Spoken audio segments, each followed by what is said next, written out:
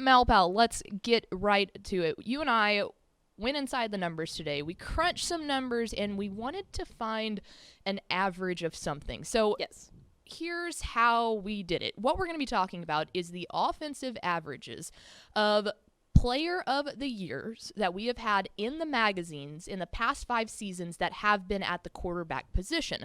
So we went through all the magazines from the 62nd edition that just came out, which is the 2021 Dave Campbell's Texas Football magazine right here.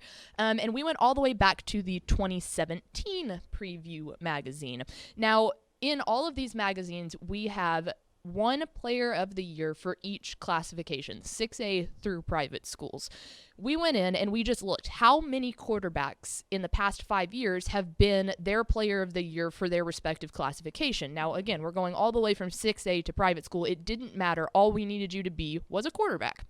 So we started looking at that, and in total, there have been 18 quarterbacks that have been the player of the year for their respective classes in the past 5 seasons from 2017 to 20, which I guess would have been from the 2016 season all the way up. And so we went down and we split it into 4 categories. We took each of their names and we went with passing yards, passing touchdowns, rushing yards, and rushing touchdowns. And the goal of calculating all of these, dividing it by the total number, which is 18 quarterbacks, was that we could find, say, just what we could consider an average baseline of if a quarterback has these average stats, that would maybe put them in that talk to end up being the player of the year for their classifications. And I feel like most of them were pretty close, but you definitely had those couple of outliers that really kind of had a big factor in the average. Exactly.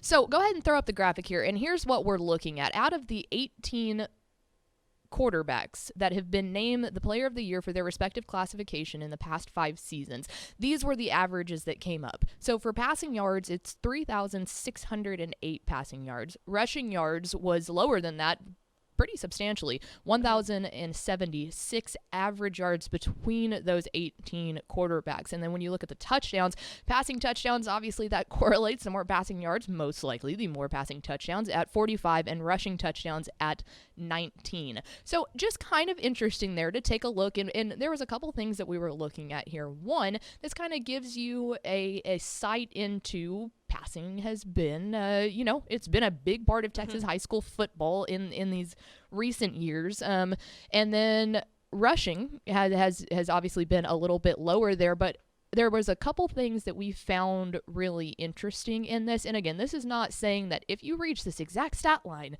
that, oh my gosh, you're automatically going to be the player of the year. Right. It obviously depends on the year and the talent. Right. And so something that you and I had talked about afterwards, and just kind of crunching these numbers, looking at the data, we can tell that it seems like when you looked at the higher classifications, 4A and up, in the past 5 years, the quarterbacks who have been named player of the year tend to have a substantial number of passing yards. Right, because they tend to lean towards like a spread offense, Exactly. Like yeah, that. You see them be able to zip the ball around. And I think that that's not telling anybody anything they don't know. Obviously, when you got down into the lower classification, that's when those rushing yards really, really started to get up.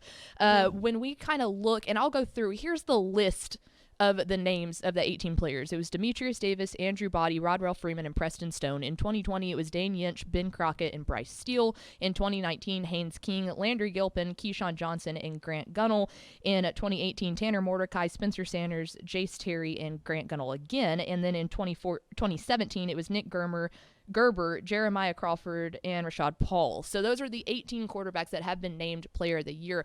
But there were definitely some outliers on this list. Can we talk about Nick Gerber? In 2017, this man threw for 5,617 yards along with 77 passing touchdowns. That's goodness. When we were looking at this, I mean, he is at the top by far. I mean, like, of course, you've got some players that are in the high 4,000s, almost creeping up to that 5,000 level.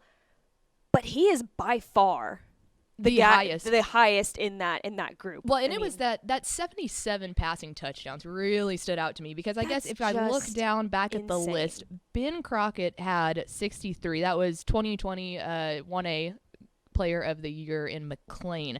But other than that, I mean, the highest is like mid-50s if you're lucky. And so he was our massive outlier there. When you go into the rushing yards, the top one would have been Rashad Paul in 2017. He had 2,661 along with 50 rushing touchdowns, and that was the one that really popped off there. But it's just it was cool. It was something that we were super interested to see, you know, kind of what would be that average stat line. And again, if we want to throw up that graphic before, I know you've got some other little points to do here, but just these are the averages: 3,608 on passing yards, 1,076 on rushing yards, 45 passing touchdowns, and 19 rushing touchdowns. But I knew there was a guy that you really wanted to highlight on this list too. Yeah, when we were going through this, we looked at Grant Gunnell, and he was the cornerback. Is it St. Pius High School? It's a private school down in Houston, and he won it twice in the private school ranks, 2018 and 2019. So let me just read. 2018, he had 4,936 passing yards, 61 passing touchdowns. 2019, 4,752 passing yards, 53 passing touchdowns. And we kind of mentioned that was kind of a letdown year for him. Yeah. Only 4,700 passing yards. Man, dude, what are you doing? God, slacker.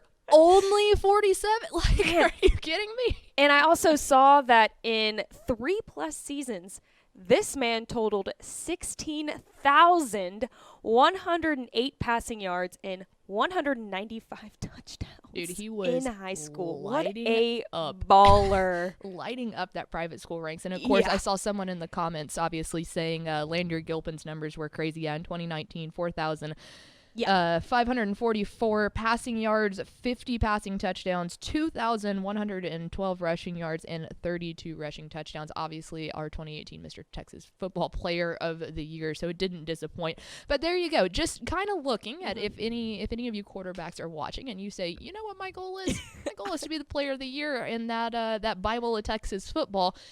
Tends to be the average that you're looking for. I'm gonna pass more than Nick Gerber. That's gonna be your goal. There you go. More than 5,600 passing yards. Make that your goal, guys. Any quarterbacks watching? Probably a good idea there. So there you go. Our offensive averages for Player of the Year quarterbacks in the past 5 seasons in the Bible that is Dave Campbell's Texas Football.